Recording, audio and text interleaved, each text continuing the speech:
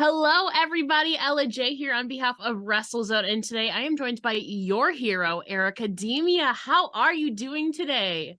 I'm great. I hope you're doing good too. I am as well. I'm super excited to chat with you because you definitely have some new things that I'm honestly not an expert in, but I'm really excited to be chatting about it today. I'm going to be honest, like I said, I wouldn't exactly call myself an expert in anime besides like Sailor Moon, but I'm incredibly fascinated by your look and your whole presentation. Your wrestling name is obviously a spin on My Hero Academia. So besides your name itself, I know your character is a lot tied in with that as well. Can you tell us what other elements from My Hero Academia from that series are tied in into your wrestling identity? So the gear I have is also based pretty heavily on the main character of the anime. Um, there's like lightning and stuff on it because his superpower, like he has lightning all over his body and stuff. Um, my initial pair of gear, I drew it myself when I was 14, and it's Yeah. very plain compared to what I've got now. But I was very, very proud because I literally drew it and then I had it made and it looked exactly like the drawing, but like less like a child's drawing. Does that make sense? Yeah, I think that's incredibly fascinating though. Now you've gotten to watch that. Now you're being a hero for a lot of all the younger wrestling fans. Just in general though, growing up, I mean, you basically decided at 14 that you wanted to pursue this. Obviously, your child has a big influence on that. But can you tell us more about the process of developing yourself in that aspect and kind of who Airica is as a character in the ring? Honestly, I'm terrible at describing myself. It's okay. So when I was 14, all I knew was I am the female version of Deku because I watched that show, like I said, when I was 14, and he was also 14, like in the beginning of the show, and he's a huge crybaby. He was always underestimated by everybody. He was super skinny. He was an outcast, and yeah, I was all of those things too. So it was very easy for me to identify with this character. So I was like, I want to do that. And I think you have done that so far. And you recently attended your first GalaxyCon where you met the English voice behind the character Deku, like you said, that inspired your persona. So tell us more about meeting Justin Briner and just like your experience at GalaxyCon overall. So I have terrible social anxiety, so I was really nervous the entire time. But once I got there, I almost started crying. And then I started talking to him, and I was like, "I'm sorry, I'm stuttering over every word I'm saying." He's like, "No, I get it. You're fine." He was the nicest human being for no reason. Like he had the longest line, and he's the nicest person. I'm like, I feel like people like him, like there should be more people like him because he has every reason to have a huge ego, but he doesn't. You know what I mean? But also, anyways, back to the story. So I took a promo picture that was based off of, hold up, I have it right here. Okay. It was based off of this. Yes. And I showed it to him, and he said, "That's so cool. Where can I watch some of your matches?" And I literally forgot how to speak. I was so excited. My dad was like, "Okay, so she has a YouTube channel, okay?" um, so that was crazy. And then I posted about it on Twitter, Yeah. and a couple of hours later, I was really sad because I have ADHD, and every time I do something really fun and I'm like leaving, I get really sad because I'm like, I'm not going to experience that same thing again. That's depressing. I don't like it. But on the way home, like we had a couple of hours left on the drive. My dad is like, "Airica, check your Twitter." He followed me on Twitter, and I literally screamed in the car. And my dad was like, "You were gonna make us wreck because you scared the crap out of me. Don't do that." But I was so excited. I was so happy. Like that was a full circle moment for me. What an amazing, I feel like really full circle moment too. I'm sure that there was other characters there at GalaxyCon. What else did you do at GalaxyCon besides meeting Justin? Honestly, that's kind of it. We Okay, kind of we fair. walked around for a little bit, But you know, I'm kind of broke, so I'm like consistently broke. My apartment is way too expensive.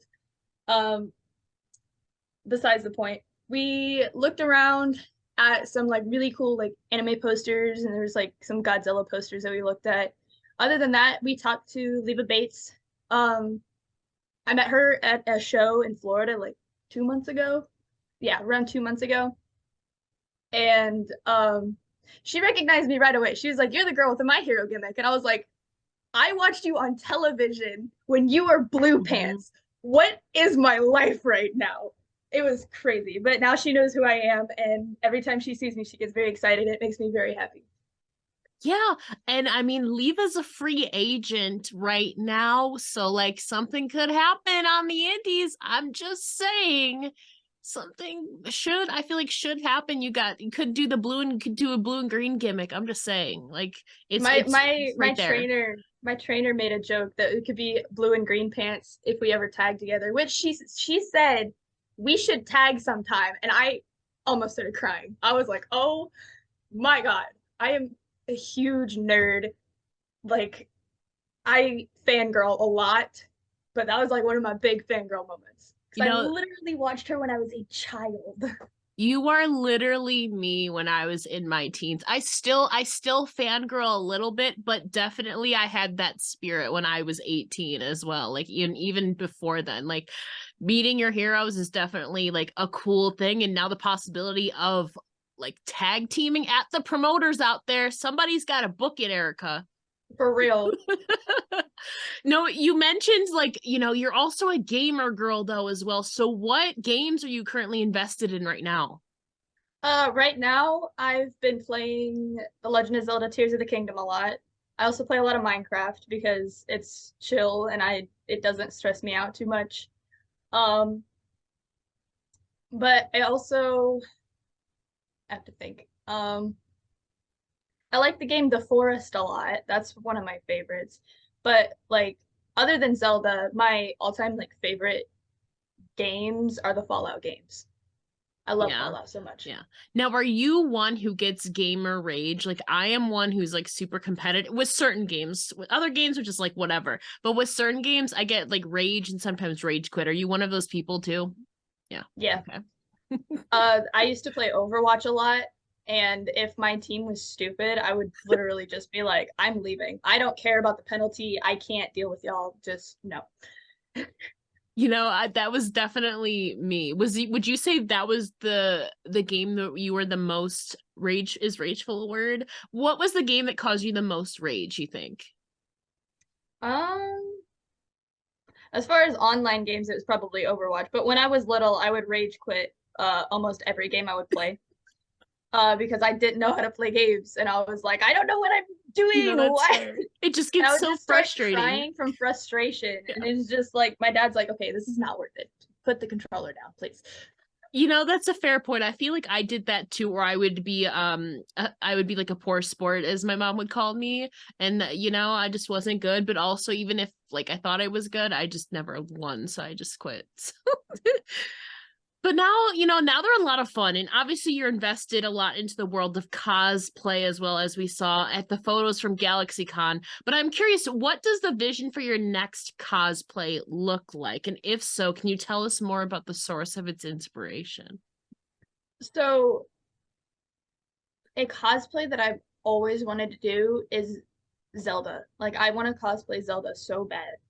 Like so there was a Comic-Con show I did like a month or two ago, I think. And it was like Smash characters. So I really badly wanted to be Sheik because, you can't wrestle in a dress Yeah. logistically.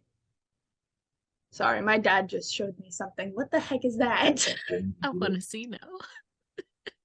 It's a meme. A friend of mine made this. I don't know if you can see it. I Turn, can send it to you. yeah, or I normally if you just turn the brightness down, you can see it better. I didn't think about that. Can you? Oh, there Yes, it is. yes, I can see it. Yeah.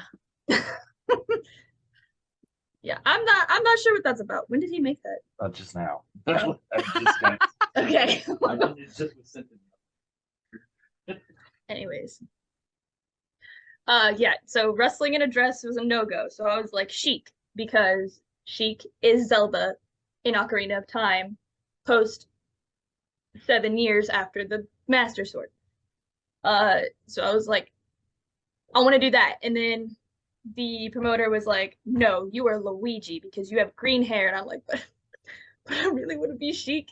But then I was also like, okay, what if I did Link because he's green? And he was like, no, I'm gonna be Link. And I was like, but it would be more funny because the idea I had was I was gonna be Link and my dad was gonna be the fairy. Yeah. Because he's my manager and he's my navigator. He tells me what to do while I'm in the ring. It just worked, but he was like, I already have the costume. I'll buy you the Luigi costume so you don't have to pay for it. And I'm like, I just want to be his older character. You know, maybe then just wasn't the right time. You know, you have basically your whole career still laid out in front of you. So True. hopefully we get to see it come to life sometimes. But I'm curious from the world of anime and video games, if you could, and it cannot be Deku because that's just an obvious answer. If you could bring any character to life, who or what do you think would make the best tag team partner in the ring? Whoa. That is a question I've never been asked before. That's going to take me a minute to answer. It's okay. I'm going to go with one of the Links. I don't know which one. The one from Twilight Princess is a little too angsty for me. But he got that farmer boy strength, so like he could just chuck somebody. Mm-hmm. So maybe, I don't know. Definitely one of the Links. One of them. Okay. One of the ones that's taller, preferably. Yeah, so then you can kind of balance out. You can take whoever the smaller opponent is, and then one of the Links can take whoever the bigger opponent is. I feel like that just balances it out perfectly. Outside of wrestling too, you're also a makeup artist extraordinaire. How and when did you first become introduced to makeup? So I watched a lot of YouTube when I was little. Like I had an iPod. I didn't have like the YouTube app. I would just watch it on the Safari app. So I couldn't subscribe to anything, but I would constantly watch makeup tutorials or makeup videos and just stuff like that. And I was in like probably 4th grade when I started doing makeup. So that's, hang on, let me math real quick.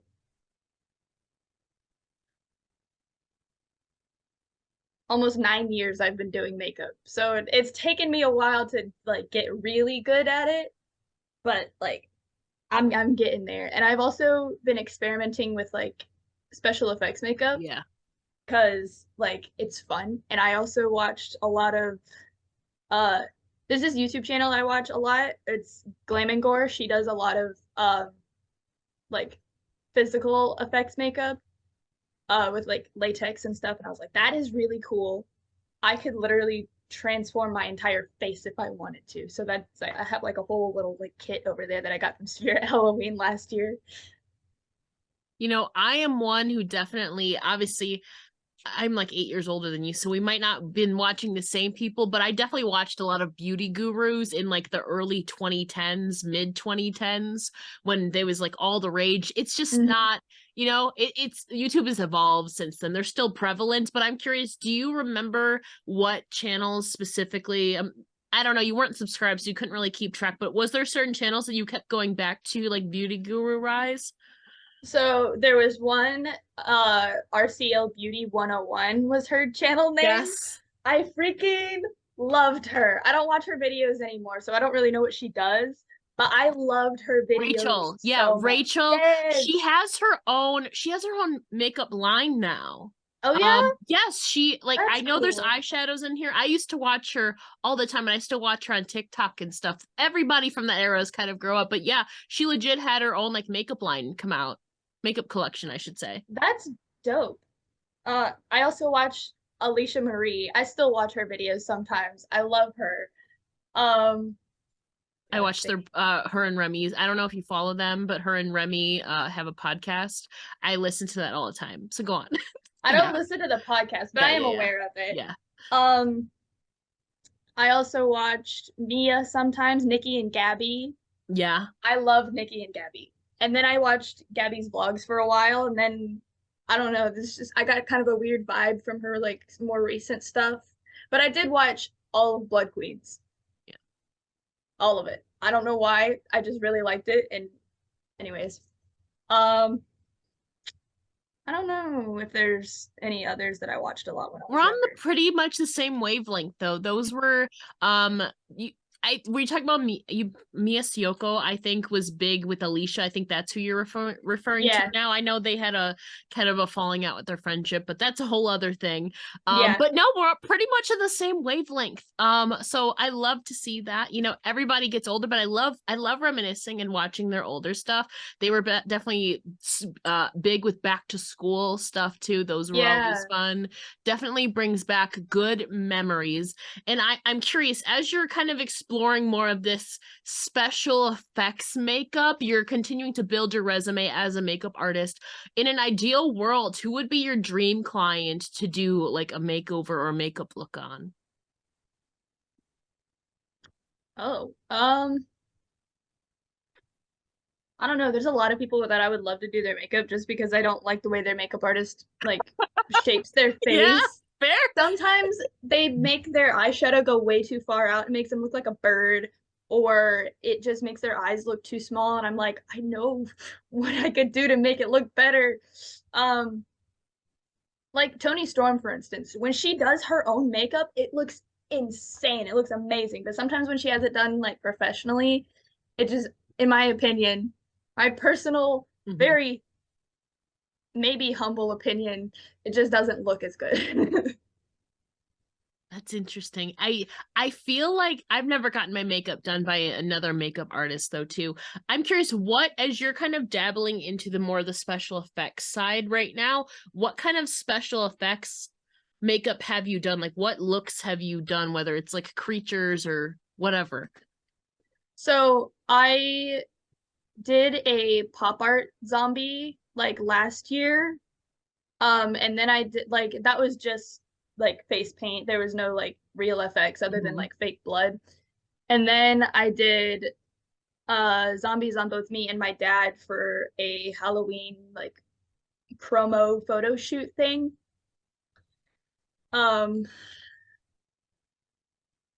really long time ago, I did like a scarecrow type thing. I've done Majora's Mask too, without like the latex or anything. It was just face paint. It wasn't great, but I was also like 15. So I'm gonna cut myself some slack, not like overly criticize myself.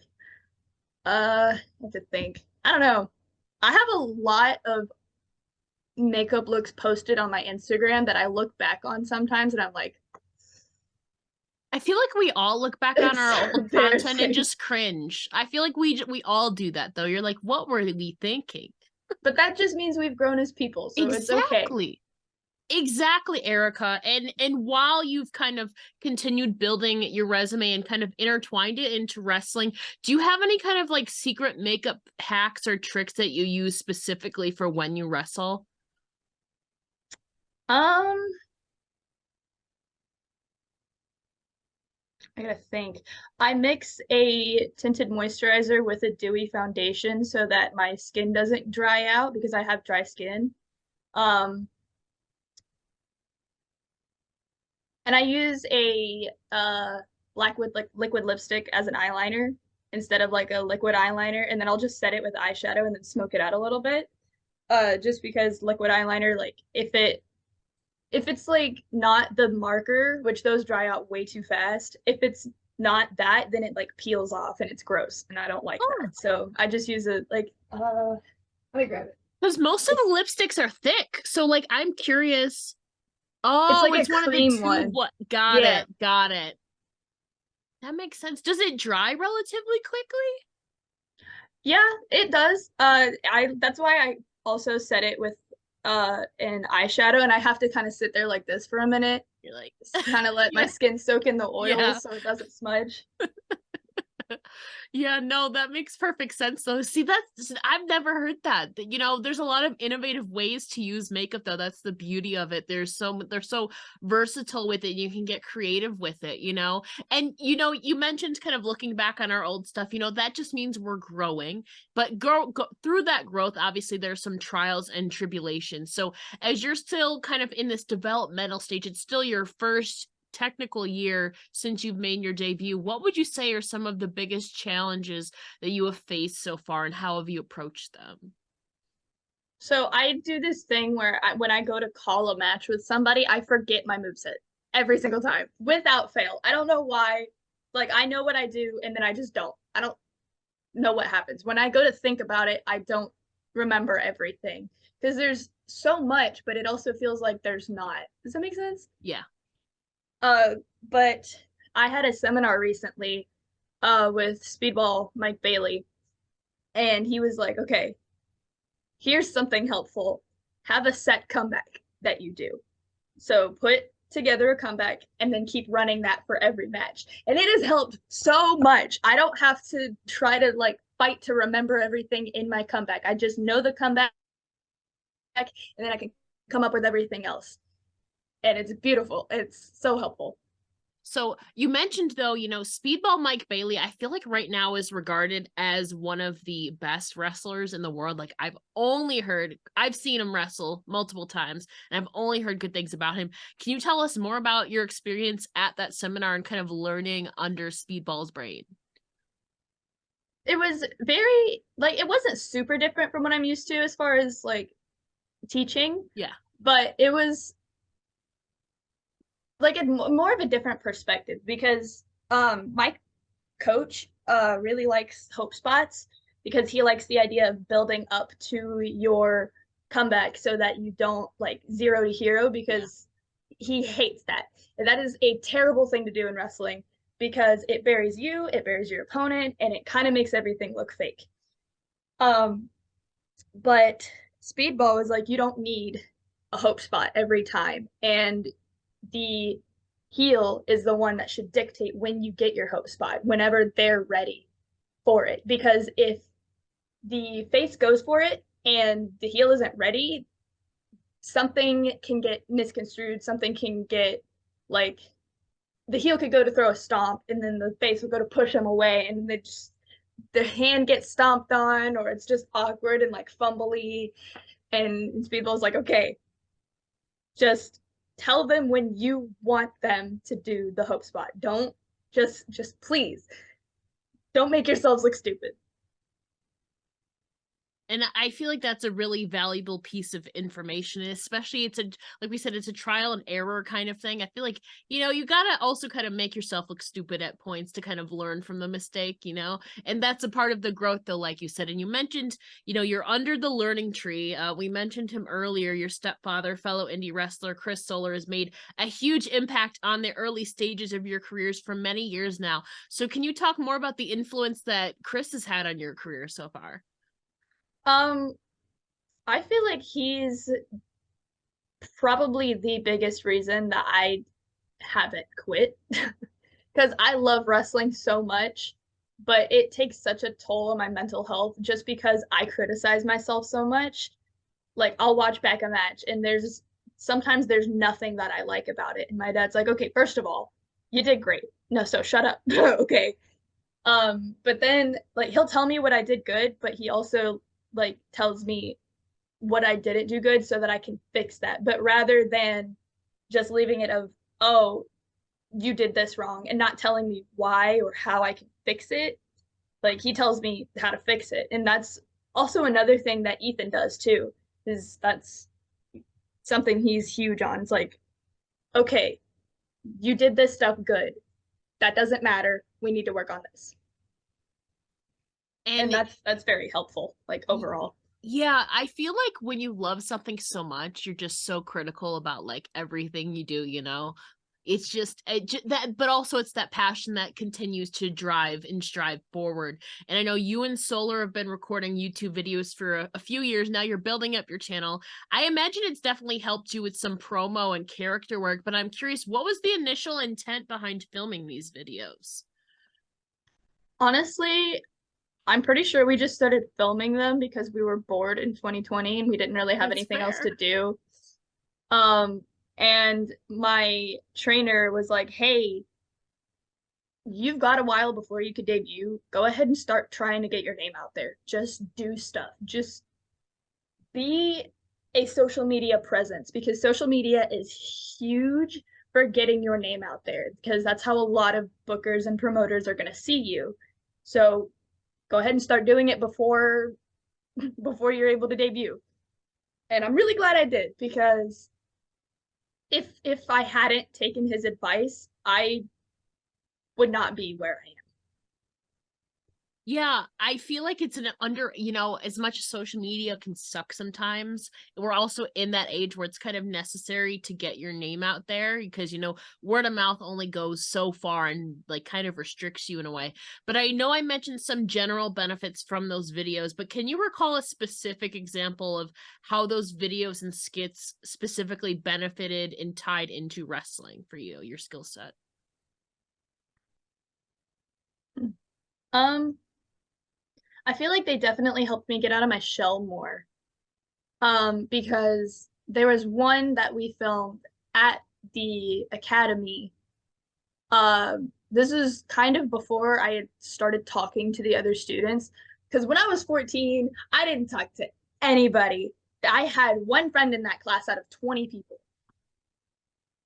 And well, okay, there's like 3 of us left now, but we're all fairly close. Um,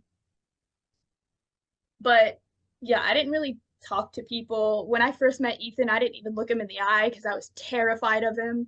Like he's not that scary of a person. He's got broad shoulders, so I was like, When you're like 14 at that age, though, I was pretty much the same way. So, like, and especially when you're the first female graduate, like you said, you weren't surrounded by a lot of people, kind of like you, I feel like. So, definitely that tied in with maybe introvertism, if that's a word. Like, I definitely feel that.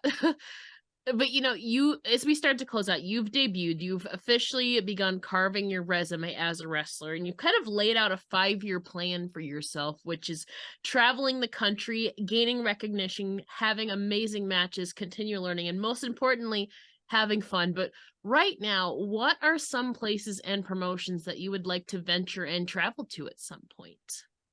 so a big promotion that I want to work for is Catalyst up in New York. Because I really want to work in New York because my dad was in like a little movie thing called Fake It So Real. Yeah. And their movie premiere was in New York and they got to have a show there. Like that's one of the only other states he got to wrestle in. And I'm like, I need to wrestle in New York just because of this. But I am booked in New York next month and I'm really, really excited for it. Uh anyways, I it's not for Catalyst though, not yet. Not yet. I'll get there. But I also really want to work in Texas and California. Those are the 3 big states that I'm aiming for right now. Where are you based in right now? North Carolina. North Carolina. Okay. I know a bunch of so you're around a couple of my friends. There's obviously AMLs around there. There's a bunch there's a couple good hubs in there, but definitely Texas, California, New York, I feel like are 3 big wrestling states besides Florida and kind of the Chicago area. But I know your ultimate dream is obviously to wrestle for WWE. I know Bailey and Johnny Gargano were 2 of your big heroes growing up. So should you sign with the company someday, who are some superstars that you'd like to square off with? I assume Bailey is definitely one of them. But who else is kind of on your list? Okay. So this I can actually answer because Okay. I've thought about this. Like okay, so definitely Bailey, Io Sky. Amazing. I freaking love Io. She is so talented and you can tell that she's like not afraid to actually wrestle like I don't want to say like a man, but like a man. Yeah. Because there's like such a big difference, especially in I think I'm in the southeast. Yeah, in the southeast. I second guess myself. Like between the way some people train women and the way they train men. Mm-hmm. And Io, you can tell she was trained like she's I'm gonna say a human being because it doesn't matter what gender you are. should be trained the same, because if you're not, for one, it's really unsafe. That's like a huge thing that Ethan talks about. It's like, if you hold back, you're more likely to hurt somebody. Yeah. And that happened kind of on Wednesday to me. They were trying to hold back a knee drop, but they like put their shin into it and like hit my ribs. And I was like they had to stop the match because it knocked the wind out of me so bad. But it's okay. It was an accident. No hard feelings. Io Sky, Dakota Kai. I gotta think who else is there that I like still. I don't know. Damage Control, a trio of legends. Like Yes. I have a little thing of them hanging up on my wall because I love them so much. So Oh, that's cool. So they're awesome. And, I feel like that would be full circle for you with Bailey. So I hope one day you do get to wrestle her. And of course, Io, current women's champion, who I'm so excited for. Dakota Kai, hopefully she gets cleared soon. We don't know. But, Airica, I'm so excited for your future and everything that you are going to accomplish. You have such a bright future ahead of you. Before we let you go, can you please share where the listeners can find you online? Okay, so my Instagram is at @myinsta_Airica Demia. My X or Twitter, whatever it is Airica_Demia. My Facebook is at Airica Demia. TikTok is my TikTok_Airica Demia. I feel like I should make these all the same so that I don't have to list them out like that. But I like my usernames. You can also say, go to the link tree in my bio. That is true. I didn't think about that. It's okay. I have most of my stuff. You do too, I know as well. I'm like, sometimes the stuff is taken though, so you can't have all the same ads, which is really annoying. That's true. But or it's too long for one of them. Yeah. Which is also unfortunate. Yeah, so I get that. But basically what we're saying is follow Airica. Honestly, if you search me on Google, my stuff will pop up. You have such a unique name. A friend of mine Googled me. He was like, Airica, if you Google yourself, you pop up, right? And I'm like, no, there's no way. And then I did it, and I was like, I am the only thing that pops up. And there's fake t-shirts. What is this? You also have a very unique name that I would be shocked if you didn't pop up. So just search Airica Demia. It's all right there. You'll find her everywhere. Airica, thank you so much for chatting with me today. It's been an absolute pleasure. Thank you so much for having me. It was really fun.